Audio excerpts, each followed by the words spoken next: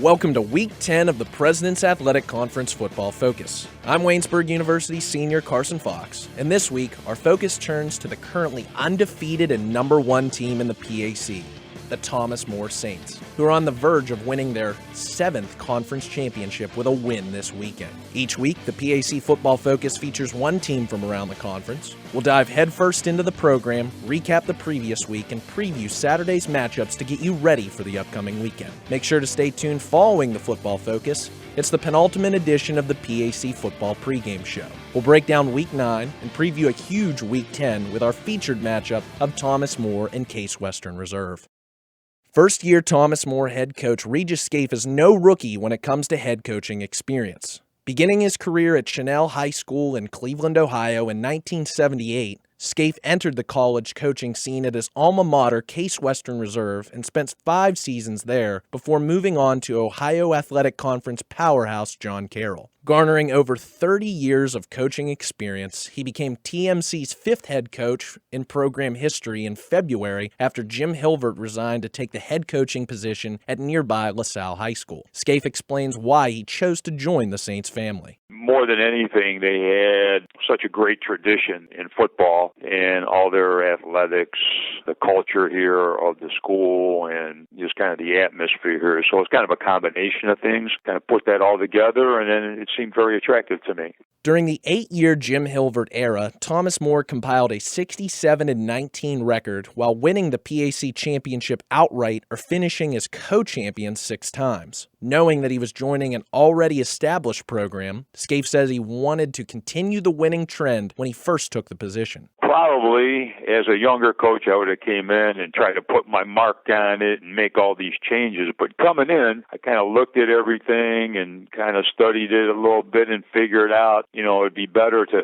for the transition, especially with a, big senior class coming. And we had some coaches that had been here for a while to kind of keep going what they were doing and just add a little touch to it here and there. So it was like a different game plan, if that makes sense. Tragedy unfortunately struck the team just a couple of weeks before the season when junior Mitchell Kramer passed away because of injuries sustained from an ATV accident. Scafe recounts how the whole Thomas More community came together to support the Kramer family in their time of mourning and how the team plays each week to honor him. Obviously, it was a very, very tough situation, and I had never experienced that as a coach before. First of all, the school, Thomas More, the whole community, and the administration really stepped up, and they did a great job supporting the family and trying to make it us all kind of get through as easy as possible. But the whole week was a very difficult situation, but the school community and our players and the team and everybody really responded. It was just a kind of a touching thing. People are still talking about it, the way our players were. And, I think it's in some way it's kind of drawn us closer together. He has a lot of friends on this team, and they didn't want to forget him, and we didn't want to forget him. So there was a number of things that the school did. And then we dedicated our game, a second game of the year, to Hanover in Mitch's honor. And every game, we bring his jersey to the field with us and hang it up behind the bench. The players just really wanted to do this, and after every game, we kind of do a moment of silence in his honor. So it's all like things just to remember him. We feel he's with us, and it's really a tough situation. It really was, and guys are just trying to make the best, coping with it.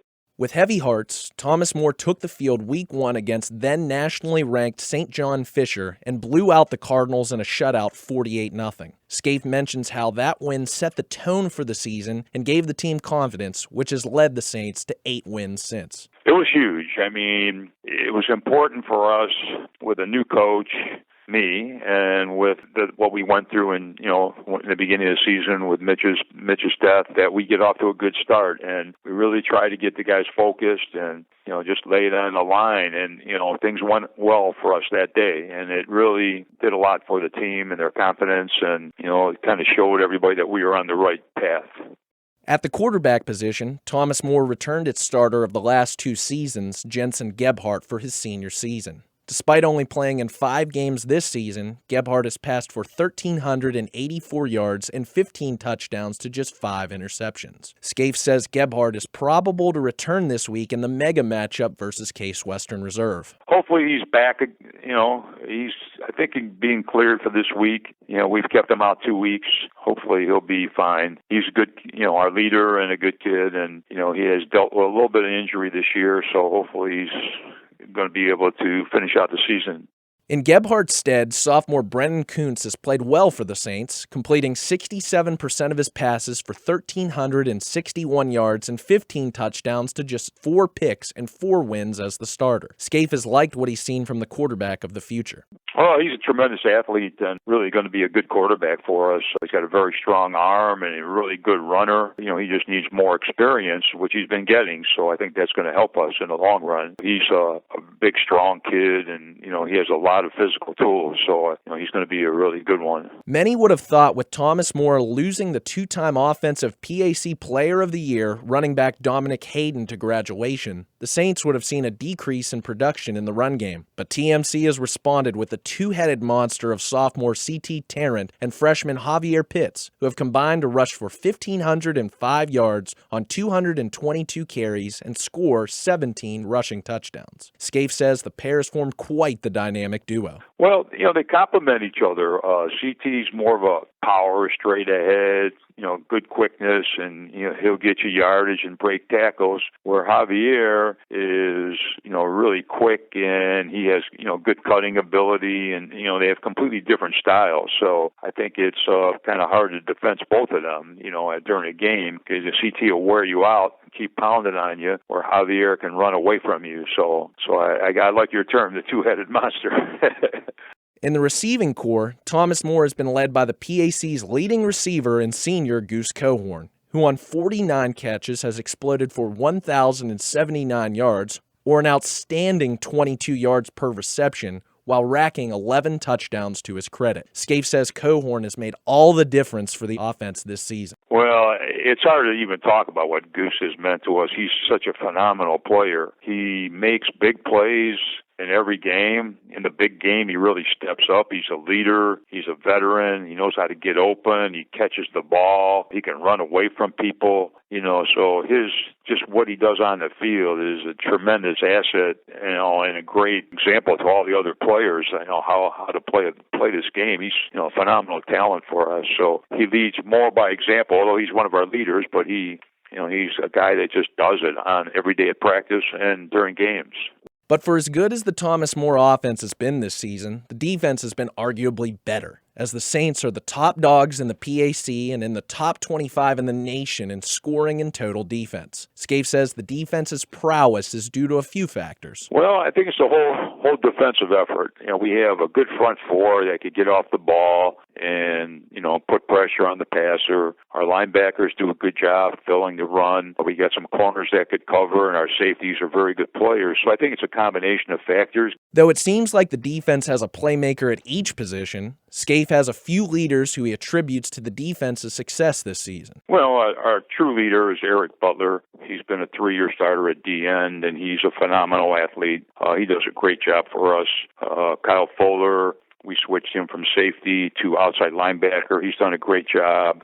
Ian Gunn is our safety and makes all the calls back there. He's done a great job. And our corners, Trey Wells, Brandon Neal, they could shut down receivers, so they're doing a great job for us, and it makes it a lot easier if you could, isolate those guys and they could cover, and you could do different things up front. So it's kind of a combination of factors, but those are the guys I think that have been very impressive.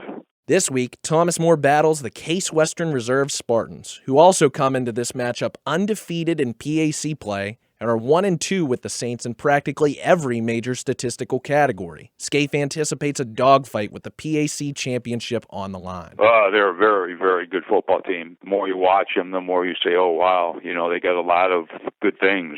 Offensively, their quarterback's a phenomenal athlete. He throws, he runs. They got really good receivers and a good offensive line. and decent running backs. So, I mean, we have our hands full on the defensive side. And then their defense, big, strong, physical guys, they fly around. They just had like a game against WashU where they had 6 interceptions, so they have good coverage guys. So we know that'll be a challenge for our offense. So, it's going to be a battle. Scafe said he's already tackling the game plan for how to stop the PAC's most dynamic quarterback, Rob Kuda, who accounts for 331 yards of total offense a game and has the incredible touchdown-to-interception ratio of 25-1 through the air. It's a double-edged sword. You rush him and come up the field and he runs on you, so you got to be able to keep him in the pocket and try to limit his running. But then if you don't pressure him, then he's got a great arm and he throws the ball well. So I don't know. I guess you got to kind of mix it up on him. We're trying to figure out what's the best way, to contain him, because he makes them go and he leads their team in rushing and passing. I think he counts for almost 3,000 yards, and that's phenomenal.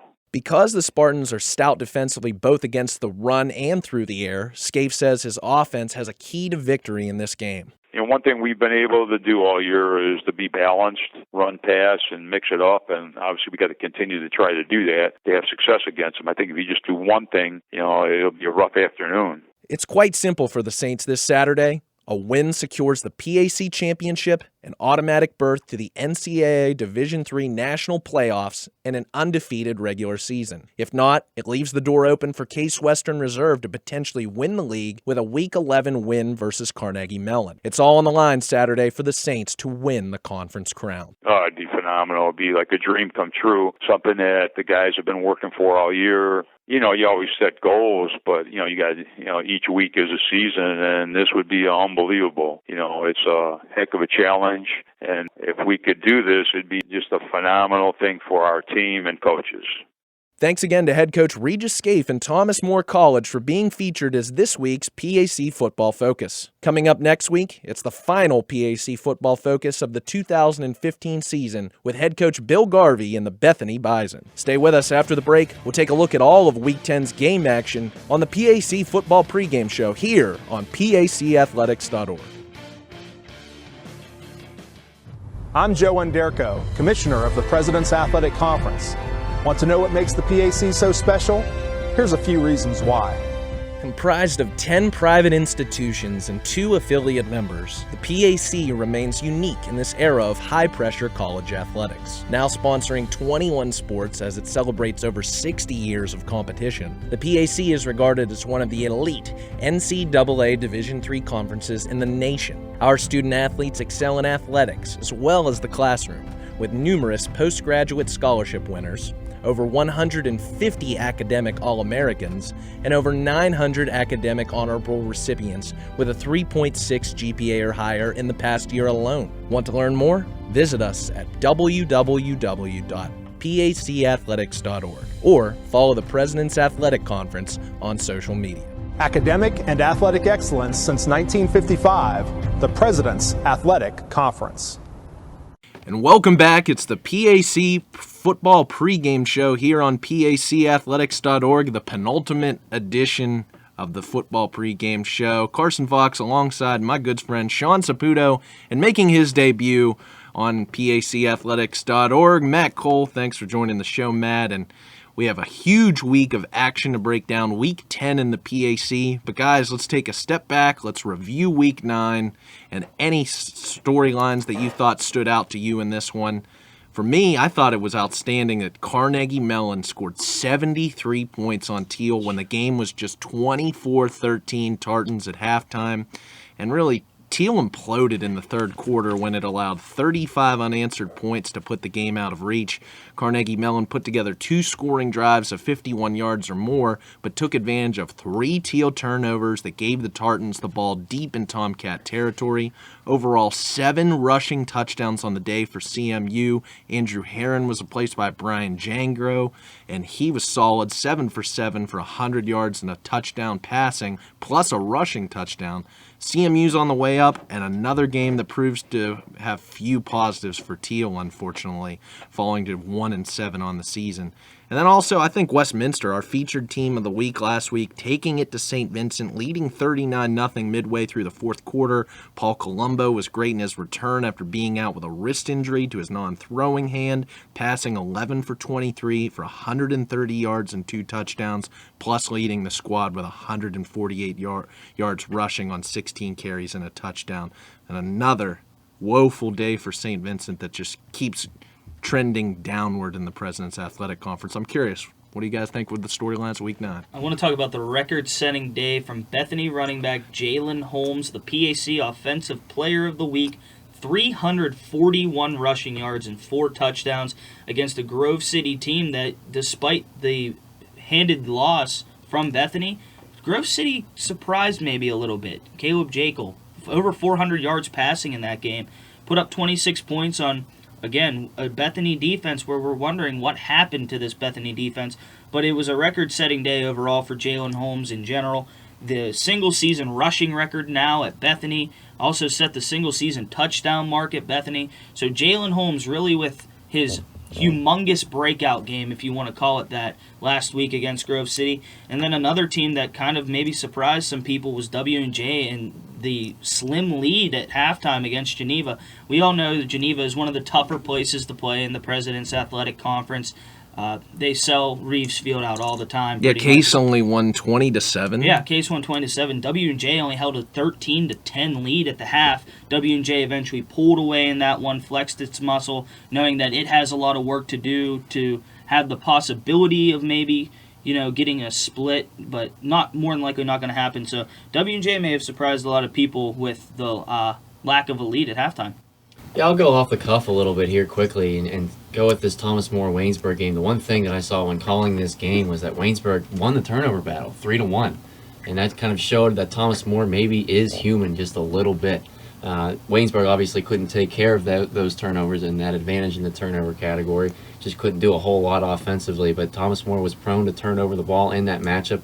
And that's something that we could see this week against Case. Could be a defining factor in that ball game. I like your foreshadowing, Matt, but we will definitely get to that matchup toward the end of the show, our featured matchup featuring two teams nationally ranked, Case Western Reserve and Thomas More, headlining the slate of games going on this Saturday around the President's Athletic Conference. All afternoon games, so one by one, let's break it down with our first matchup, a noon kickoff in Pittsburgh, Pennsylvania, featuring non-conference Chicago University. The Maroons are 6-2 overall on the season at the number 4 team in the PAC, the Carnegie Mellon Tartans, who are 5-3, 5-2 in PAC play, are trending upward right now, as I talked about earlier. Carnegie Mellon has had a great record over the years versus Chicago, leading the all-time series 20-7. But in last year, it was a 28-7 Chicago win at home. A different story as the Maroons owned this one, leading the contest 28-0 before CMU scored its first and only touchdown with 3 minutes and 19 seconds remaining in the fourth quarter. It was a tough day on the ground for the Tartans, only rushing for 34 yards as a unit. They turned the ball over 3 times and went just 6 of 18 on 3rd and 4th down. But it was a sensational day for then freshman Drew Fitzmaurice, who totaled 16 tackles, an interception, and a pass breakup, and he now leads the PAC with 6 interceptions this season. Guys, Maroons, Tartans, what do we see in this matchup? I think this is a matchup, Chicago faced Case Western in week 1. It was a 31-30 win for the Maroons. Eventually went into the top 25 in Division III football poll, but then that first week lost that game and hasn't been able to find its niche since then, really. Still an over 500 record, I believe 6-2, 6-3 right now for the Maroons, but with the way that Carnegie Mellon has been playing as of late, has really proved a lot of people wrong in the President's Athletic Conference, putting that lower half at PAC Media Day this year, and they've found, not only with Sam Banger, you know what you're getting out of him every week, he's the leading rusher in Division III football for a reason, but they have found a duo of wide receivers that have come out and played fantastic behind first Andrew Herron and then Brian Jangra last week. Graham Schilling and John Prather, 6 receptions for 56 yards and a couple touchdowns for Schilling.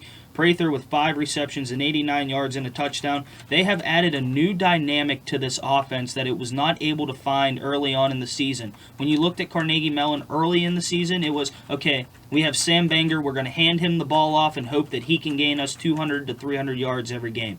Now, with the progression of Andrew Herron, with Brian Jangro going 7 for 7 in the air with 100 yards, a touchdown, he didn't turn the ball over, they have found a passing game in this offense that makes them more difficult to maintain and draw schemes up for overall. Yeah, any team that can put up 73 points in a game, guys, regardless of the opponent, and, in this case Teal, should not be overlooked in any way, especially riding a 4-game winning streak like this Carnegie Mellon team is right now. The only problem is that the Chicago Maroons team is coming off really a pretty big win against Case Western last week, in which, if you look at the stat sheet, Case was better in a lot of offensive categories, outgating Chicago 129. You mean week 1? Week one, yes. Yeah. Chicago 129 to 79 in rushing yards, and also 339 in passing yards to just 269. So they gained him a lot in total yardage. So that tells me that Chicago can go up against a top offense like Case and employ a bend but not break defense and allow its offense to keep them in the ball game and put them in a position at the end of the game to win it.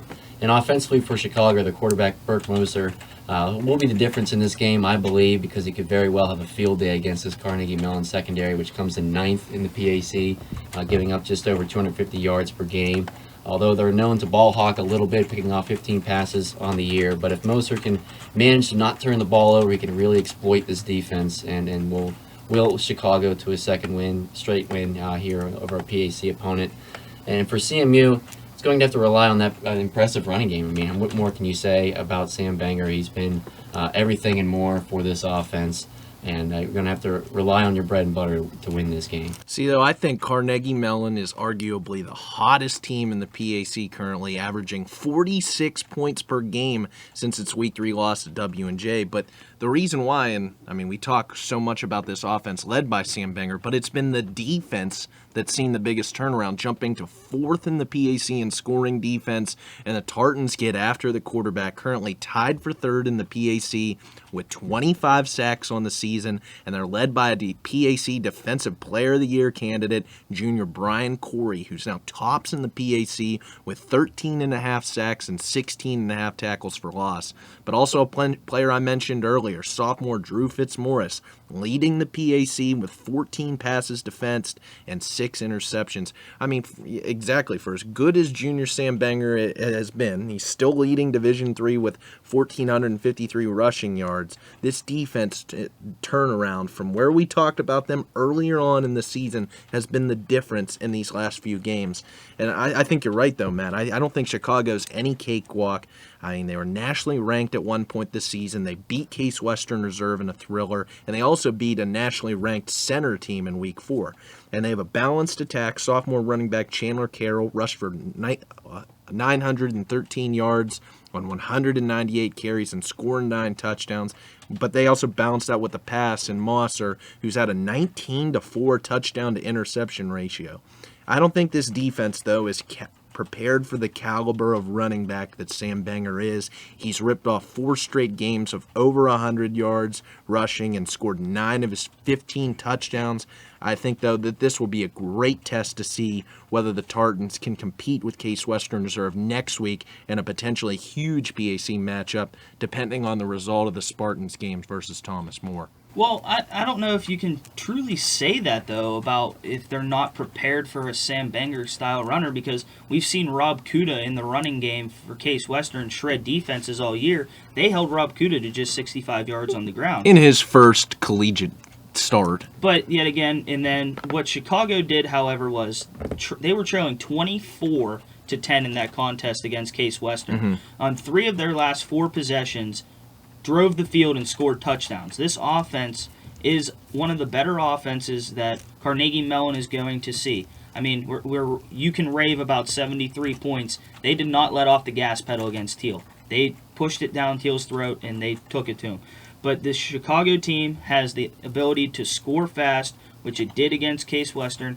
And, we fail to remember, Chicago only won this game because Ben Carneal missed one of his 2 extra point attempts in this game. that's a 31-31 contest that could be going into overtime. Yeah, so we never know. You never know what's going to happen. But I like to think that Chicago might be able to stop Sam Bangor. It's not a team that you know are looking at, because right now you're trying to win in the President's Athletic Conference if you're Carnegie Mellon. Yes. You want that automatic bid from the conference that is going to get you in. So, I mean, if you're Carnegie Mellon, the last thing you can do right now is overlook a team from the UAA where you have 4 squads and you're getting nothing out of the UAA, really. Yeah, very, very good points, Sean. We will see. But, guys, let's move on. Our next matchup, a 1 o'clock kickoff in Latrobe, Pennsylvania. The number 9 team in the PAC, the Geneva Golden Tornadoes, 2-6 overall, 1-5 in PAC play. At the St. Vincent Bearcats, who are 3-5 overall, 2-4 in PAC play. A 9 versus 7 matchup in the standings. Not the most glamorous of games, but Geneva's been perfect in this matchup since St. Vincent resurrected its football program in 2007. The Golden Tornadoes are 8-0 against the Bearcats, and in last year's contest, it was a 34-30 Geneva win at Reeves Field in Beaver Falls, Pennsylvania. Josh Geiser's 98-yard kickoff return for a touchdown put the Golden Tornadoes ahead with 12 minutes and 11 seconds to play in the fourth quarter.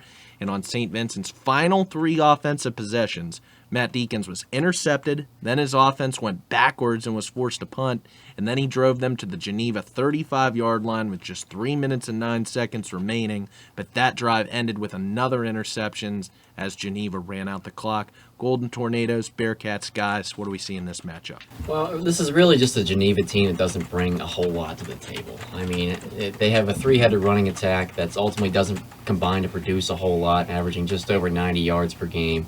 And quite honestly, Aaron Channing doesn't give you a whole lot either, averaging just 163 yards per game through the air with those 10 touchdowns and 6 interceptions. I mean, it looks worse and worse weekly that Waynesburg gave up 41 points to this team, and it truly is because this team hasn't proved a whole lot this year moving forward. But something that has hindered St. Vincent this season is their first and third down conversions. Something like that is what an opponent can take advantage of if it gets to that point in a ball game. The Bearcats are dead last in both first and third down conversions this year, so they have a very hard time sustaining drives and keeping the offense out on the field. So if Geneva can just move the ball offensively when they get it back, they can keep this thing close. And then on the other side for St. Vincent, there's one thing that I see as an advantage for the Bearcats, including the turnover margin. St. Vincent comes in at a +6 on the year, while Geneva sits at -3. But overall, this is a St. Vincent team it's been really puzzling this year. I mean, they've had some flashes of what this team can be, and that's a team on the rise, and they can really compete with any team in the PAC when they're going well. And it's just a lot of question marks with the team. And really, Shavonte Kraft is another guy that really intrigues me offensively. I mean, what kind of player is he really? He hasn't shown who exactly he is. He comes in averaging just over 40 yards per game, just over 4 yards per carry, and the general consensus was that this was a guy that had some serious talent and could really break out this season for St. Vincent. It just hasn't worked out. So I view St. Vincent as a desperate team, having lost 3 straight.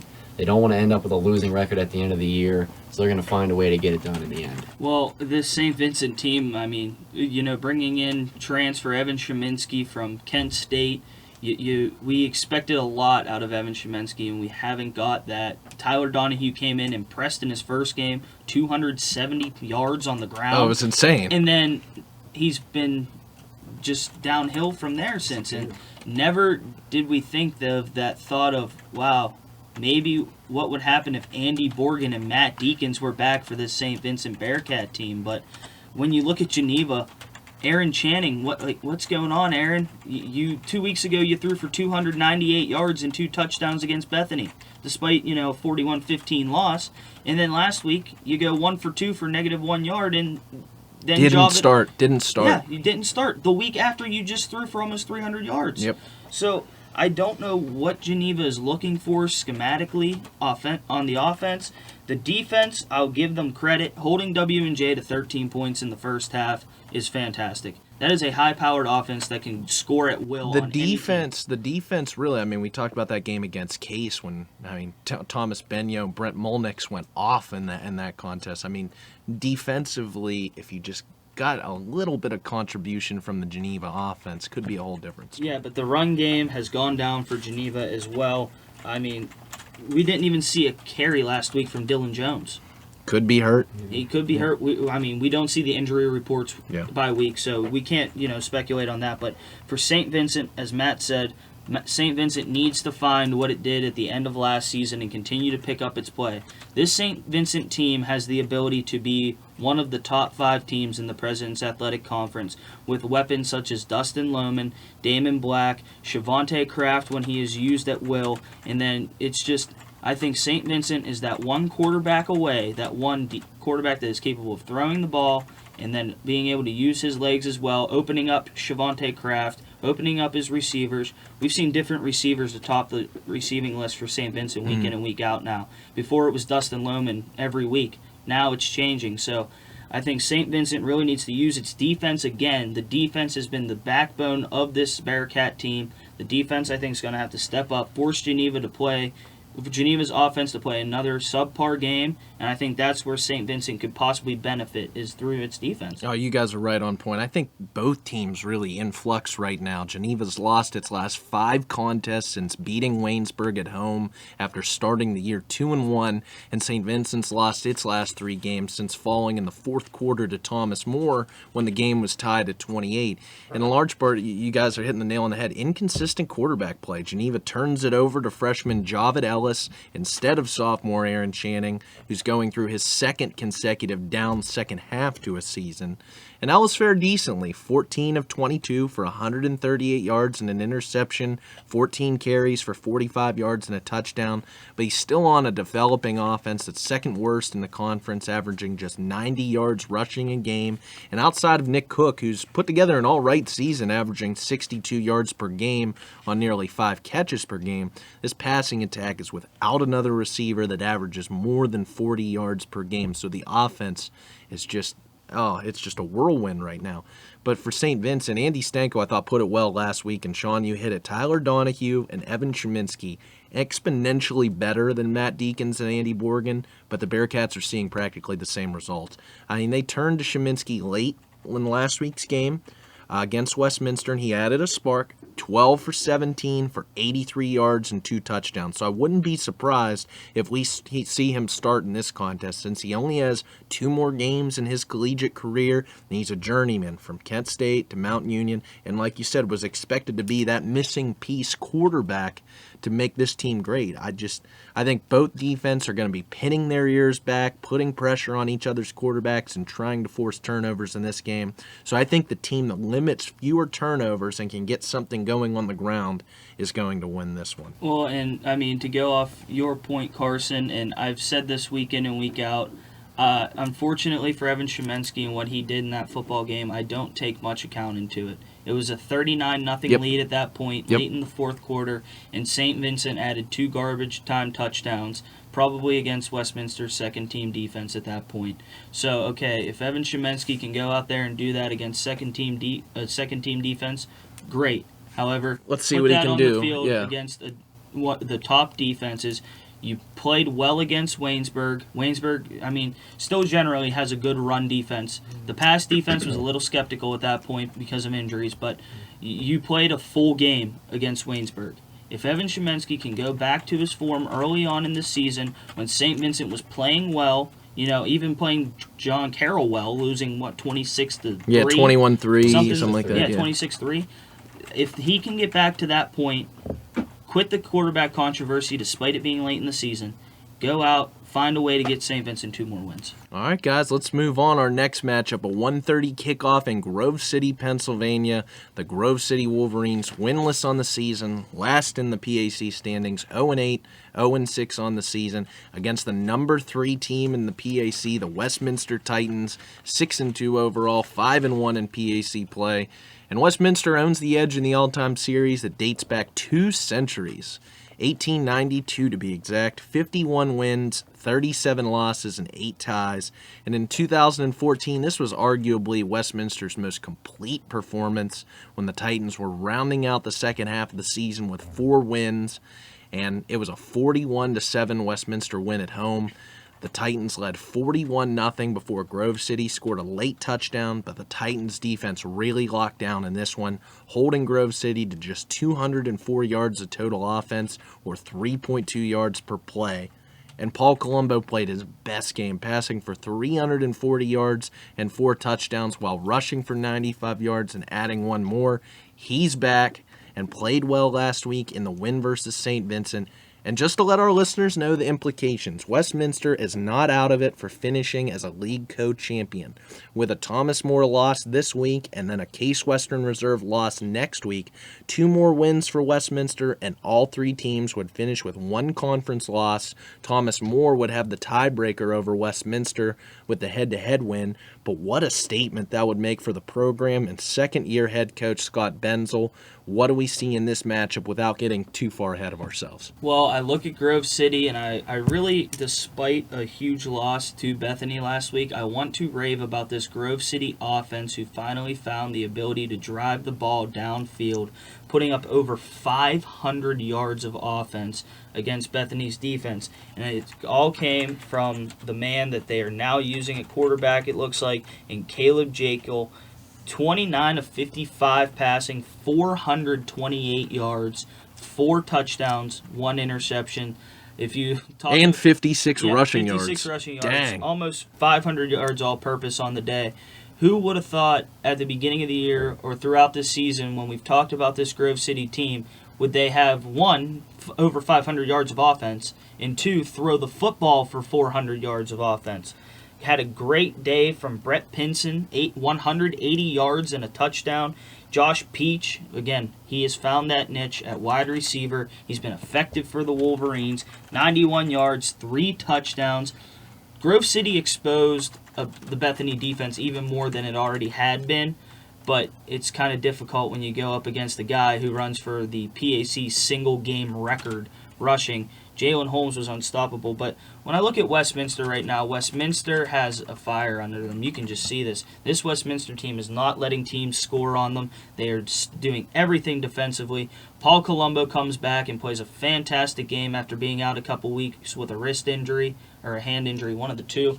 But Paul Colombo adds a different dynamic to this Westminster offense. When they played Waynesburg a few weeks ago, it was merely Jametris Bentley who was the key X factor for Westminster, and we all wanted to know what will happen when Paul Colombo comes back. Will he be the quarterback? Will Shamon Walker stay in that spot? And we got our answer with Paul Colombo, and he did not, let anybody down for the Westminster Titan faithful, and I think this Westminster team is more than capable than going on to win these next 2 games and possibly finish for that tie for first. Yeah, Sean, you mentioned the improvements offensively for Grove City, and it's kind of a shame that they're going against this Westminster defense this week. It's yes, you're making strides offensively, but here's the Westminster defense, and this Westminster team really has impressed me in the last several weeks, and I think that's led them to be on this 4-game winning streak. Is that defense has been playing so well.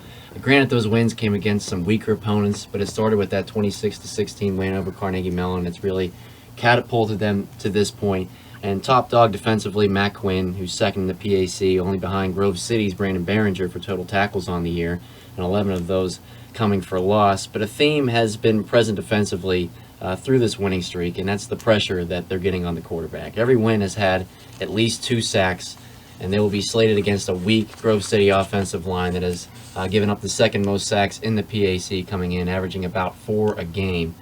But offensively, Westminster just needs to stick to what works for them, and what worked so far and worked last week against St. Vincent and got them a big victory, and that's run the football.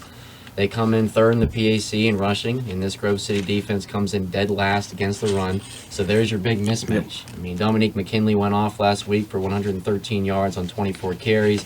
And you mentioned it, Sean Paul Colombo coming in. Also ran rampant and showed off his dual threat ability for 149 yards. So I'm not saying be one-dimensional in this game, but stick to your bread and butter. Oh, yeah. I mean, you guys, a lot of good stuff right there. I just think with Paul Colombo back, ran 16 times for 148 yards and a touchdown. He and Dom McKinley just add a whole new element to this rushing attack that was already good with just McKinley in the backfield, and also Kimu Kim as the power guy. But I just think it's going to be another tall task for this Grove City defense to have to stop them. And I mean, we've seen the quarterback carousel with Grove City. Antonio Carosha, Matt Pennypacker had his shot. I think they found their guy that they're going to go with for at least the rest of the season with Caleb Jakiel after the way he performed last week. And I think with Westminster stout against the run, as you said, Matt, second best in the PAC, holding opponents under 100 yards per game. I think we're going to see another arena football-like performance from Jakiel in this one. But the only thing that I caution him about is going against a secondary that's tough. They feasted on 14 interceptions, led by sophomore Todd Jeter, the talented cornerback who has 4 interceptions this season. But with the possibility of finishing the season 7-1 in PAC play and a PAC co-championship still on the line, I like what you said, Sean. This team has fire. I can't see complacency really creeping into this Westminster team this week, given the way it's played in 4 straight wins, holding opponents to an average of just 11 points per game in those wins. And I think Paul Colombo, with 2 games remaining, wants to come back, make a statement in these games that he's still an elite quarterback in this conference after dealing with the injuries and having a poor start to the season. But for Grove City, it's the last home contest for head coach Chris Smith, who's a Grove City man, serving both as a coach for 3 decades and spending time as a player. This now 18-game losing streak has been tough on the whole Grove City football community, and no one wants a win more than him. So I hope we see some fire from the Wolverines last week, because the defense has traditionally been the backbone of this team. Gave up a huge day to Jalen Holmes. Eric Blinn still got his. Did get an interception on Lincoln Reyes, but that was a tough game for that Grove City defense. Any last words on that matchup, guys? All right, let's move on. Our second to last matchup of the day, right before we get into Thomas More and Case Western Reserve. The number 10 team in the PAC, the Teal Tomcats, 1-7 overall, 0-6 in PAC play, on the road to the number 5 team in the PAC, the Washington and Jefferson Presence, 6-2 overall, 4-2 in PAC play. This is a 1:30 kickoff in Washington, Pennsylvania. And W&J has owned the all-time edge in this series with 44 wins, 22 losses, and 2 ties. And Teal has not won since its PAC championship and undefeated 2005 season, and that game was a 38-35 overtime win for Teal. In 2014, it was a 49-18 W&J win in Greenville, Pennsylvania. It was a competitive contest, just a 21-12 lead for W&J midway through the third quarter, because before the Presidents launched, Air Force won and scored 28 unanswered points before Teal scored a late touchdown, and W&J came away with the win on the road. It was another huge day for W&J's big 3 in this one. Pete Coughlin passed for 334 yards and 4 touchdowns. Ryan Ruffing rushed for 196 yards and 2 touchdowns. Jesse Zubik caught 5 passes for 190 yards and 3 touchdowns, and Ryan Radke did everything he could in the loss, passing for 230 yards and 3 touchdowns while rushing for 88 yards. But the defense allowed 701 offensive yards to W&J. Guys, Tomcats, Presidents, tale of 2 stories. W&J had aspirations of winning the PAC title, going on into the national playoffs against a Teal team that's lost 7 straight contests since their Week 1 win against Allegheny. What do we see in this one? Yeah, Carson, you mentioned it. This one, by all accounts, could get ugly pretty fast, and it's more of a tune-up game for the air quote rivalry game with Waynesburg next week for W&J. But the one thing that's killed the Presidents this year was the defense, just allowing offenses to stretch the field at times and really dictate how the game was going to be. This defensive unit just simply hasn't been good enough to warrant a top spot in the PAC. And I have to wonder at this point if W&J is sitting back at this point in the season and wondering what the heck happened and how they got to this point where they are just sitting at number 5 in the conference here with 2 weeks left. Now, obviously, things could change from now until the season ends, specifically with the result of Thomas More and Case this weekend. But it's got to be a little deflating for them. And that defense has exposed itself to better teams. Obviously, it's not going to expose itself against teams like Teal or Geneva last week, but it's the top-tier teams in the conference. 38 points given up in a loss to Thomas More, 31 to Westminster in a win, 42 against Bethany, who's not even really a top-tier offense they've shown as this year has gone on. and 35 2 weeks ago in the loss against Case Western. So I think that's really something that's hindered this President's team. But for this matchup in general, I don't think they'll have any hard time with that. That Teal defense has just been ripped apart. Well, yeah, but if you look at it from Teal's perspective, with the way Ryan Radke played last week, despite the loss, I mean, almost 300 yards of total offense just for him himself. If you're Teal, you're wondering, if we start Ryan Radke against Waynesburg, do we possibly pull out the win? Look at the difference that he made in that game against Waynesburg. It was a 25-13 game. Mm-hmm. I mean, Ryan came in second half, right? Yeah, he came in late third quarter, fourth quarter, and just added a new dynamic to that team. And I think Teal realized we need to have Ryan Radke as our starting quarterback. Threw for 238 and 2 touchdowns. Did turn the ball over a couple times. But for W&J, when you look at this defense, you lose John Turner. John Turner played 4 games this season due to an ACL. He didn't play against Thomas More in that one. That was the first game out for him. And then you lose another starter in Billy Kelly due to injury. The defense has been injured this year for W&J, it seems like, and those are 2 big names that were a key part of last year's defense, and that's where you've seen the difference. So if you're Teal and you want to be effective in this football game, I think the best possible way to do so is to continue running the ball at W&J. Teams have done that successfully this year. And if Ryan Radke can find open space, maybe get one of his running backs that we saw earlier in the year, whether it's Kevin Daly or Nick Black, whoever it may be, if they can be effective in the run game, I'm not saying this is going to be close by any means whatsoever, but this W&J defense can be run on. We've seen it this year. The pass defense has been stellar for W&J for the most part, but Pete Coughlin was on a new level last week, throwing for over 300 yards once again this season. 3 touchdowns, didn't turn the ball over, an efficient day. You know what you're getting out of Ryan Ruffing. They have that dominant receiving core. W&J is not a team you want to play when they're miserable, and that's what happened to Geneva. W&J kind of looked like it still had a setback in the first half, but then the second half rolled around, and 21 unanswered, called it a day. And now they get Teal, and then they have Waynesburg. So you got the bottom 3 in the conference to end your season, and this could really end on a high note for the Presidents, even though it's not going to fulfill the preseason expectations of an undefeated outright conference championship. Yeah, and I'll go along the same lines as those second half, and then the second half. This is, I think, a really tall task for Teal, as W&J's undefeated at home this season. Teal's lost 7 straight games, including a demoralizing game last week, 73-19 to Carnegie Mellon, in a game that was just 24-13 at halftime. And it's the second half defense that's killed Teal in its last 2 contests. We saw 2 weeks ago. Teal holds Waynesburg to just 7 points and forces 2 red zone turnovers in the first half before surrendering 21 unanswered points to the Jackets. And then last week, I know the Teal offense turned the ball over 3 times deep in Teal territory in the third quarter to set up Carnegie Mellon with short fields to work with, but 49 points allowed is practically insurmountable for this offense that season high is just 37 points in its only win, week 1 versus Allegheny. And now this defense goes against a W&J offense that's second best in the PAC, averaging 42 points per game, and has a slew of receivers that this young secondary has to account for. Dan List, top 5 in the PAC in receptions. Eric Scott's coming off a big day. 8 receptions, 130 yards and a touchdown last week. And Jesse Zubik, 39 catches for 703 yards and 6 touchdowns, leading the team on the season.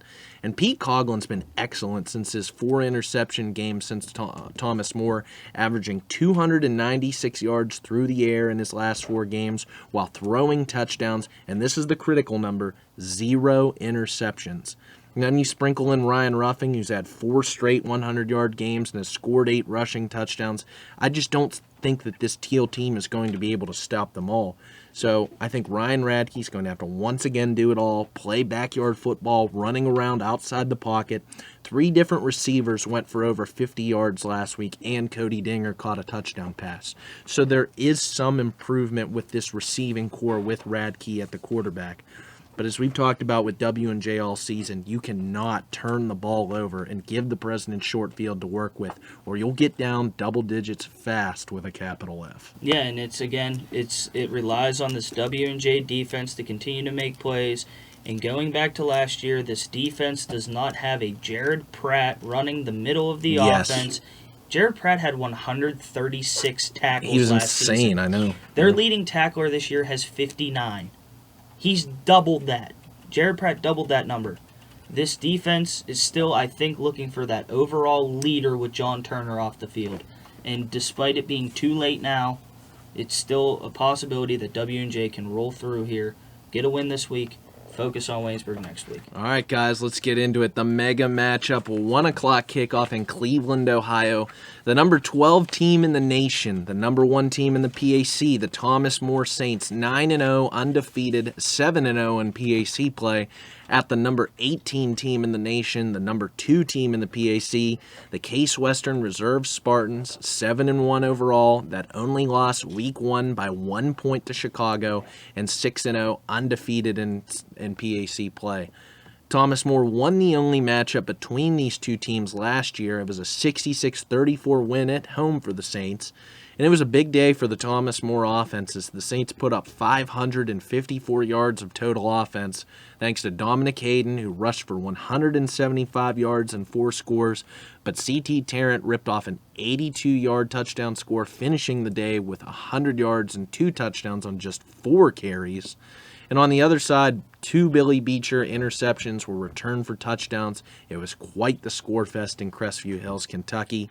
And we have to put this game into perspective for our listeners who didn't catch the PAC Football Focus. With a win, Thomas More will win the PAC championship and claim the automatic bid to the NCAA Division III National Playoffs. But if Case Western Reserve pulls out a win at home, it will stay undefeated in conference play. And the next matchup next week against Carnegie Mellon will set up what could be for the conference title. Guys, 2 teams that have been the 2 Goliaths in this conference this season. Both have knocked off the 3-time defending conference champions in W&J and are 1-2 in practically every major statistical category. Spartans, Saints, what do we see in this matchup? Let's put it this way. The 2 most intriguing Division I football games going on at 1 o'clock are Pitt, Notre Dame, and Duke, North Carolina. So, ladies and gentlemen, grab your chips, grab your popcorn, grab a couple sodas, and sit down and watch this football game, because it is going to be a very, very stellar game, in my opinion.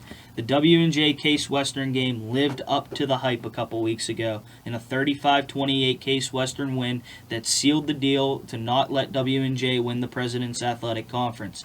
These are 2 teams, and this game is going to go one of 2 ways. It is either going to be a strong defensive battle where you're going to have to punch your way through the red zone, get in and score, and special teams may play a big factor between Budke and Carneal.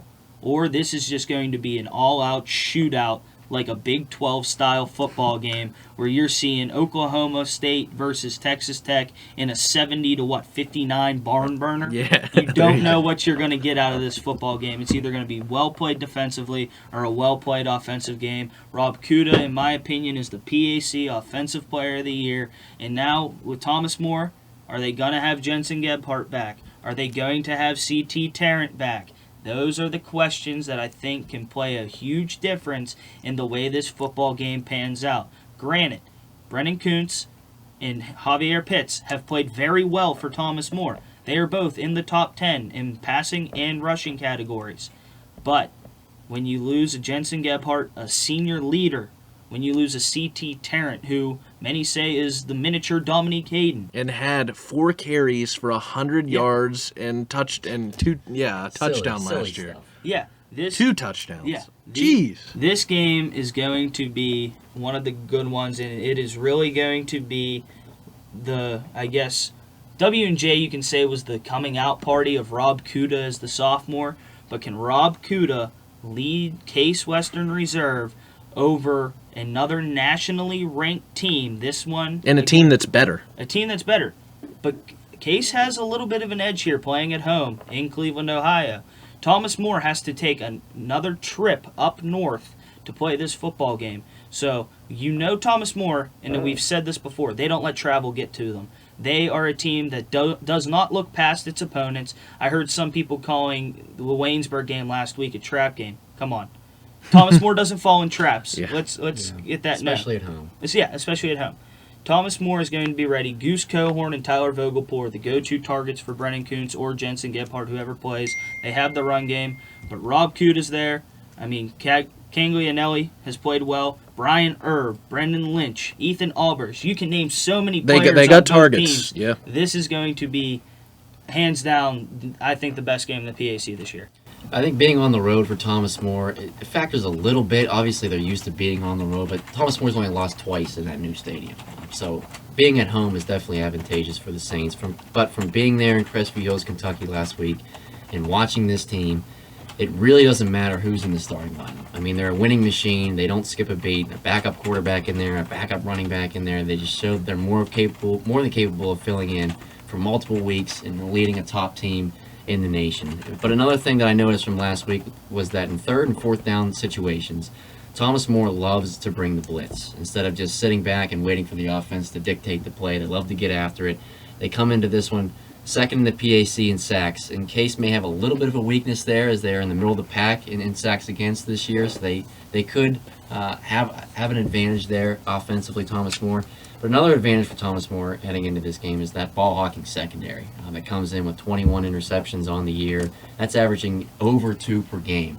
And so that's something that Case is not going to be completely shut down through the air, but a couple of picks and winning that turnover battle in general can really help this team toward a win over Case Western. And I mentioned it earlier, that turnover battle. On the other side for Case, it's just that. They need to win that turnover battle, coming in at plus 13 on the year. That's tied for tops in the conference. This will most likely be a back-and-forth game throughout, and that's the one thing that you can normally point to in a close game, especially in football, is turnovers and also in first and third down conversions to keep drives alive. And there isn't a clear winner in that latter category, except that Thomas More is the clear top team in first downs. But you mentioned it, Sean. Rob Kuda is the do-it-all man, and he'll have to quite simply do that for Case. He has to be the man he's been all year long for them. And against W&J 2 weeks ago, just had 21 completions, but converted them for almost 300 yards and 5 touchdowns. And Case's rush defense is truly elite, guys. They really shut down pretty much everybody, and they should go to the ground game, Thomas More, and try to establish that early. But if Case's defense is on point and gets them out of that rhythm, they're going to have a tough time staying with them in this game. So this team can be prone to turnovers as well, this Thomas More team. Waynesburg exposed that last week. They should do everything to keep them in the game. So win the turnover battle and make Thomas More abandon the run, and you could have a legitimate shot at winning this ballgame. Yeah, you guys stole all my points, really. I got nothing in this one really to add much more. Sean, I love what you said there about the absences of Jensen Gebhardt and C.T. Tarrant last week. And Brennan Kuntz is a very good quarterback and is going to be a very good quarterback for years to come in this contest. But in the games he's only beaten Grove City, Geneva, and Waynesburg. Not a good measuring stick to throw him out there against Case Western Reserve, arguably the best defense this team's played against since probably St. John Fisher or a W&J earlier this season. So Jensen Gebhardt has been the starter now for going on 3 seasons. You want to have your senior leader out there. I totally agree. And just to quantify how much C.T. Tarrant means to this offense, he's averaging 6.5 yards per carry. That's Sam Benger numbers right there if he had more carries on the season. He's had 193 yards versus W&J, 172 yards against Geneva, 141 against St. Vincent, and scoring 2 touchdowns apiece in all of them. So that was right where he was at before he didn't play last week against Waynesburg. So I'm curious to see the whole complexion of this game changes if either of them don't play or they're hindered in some way.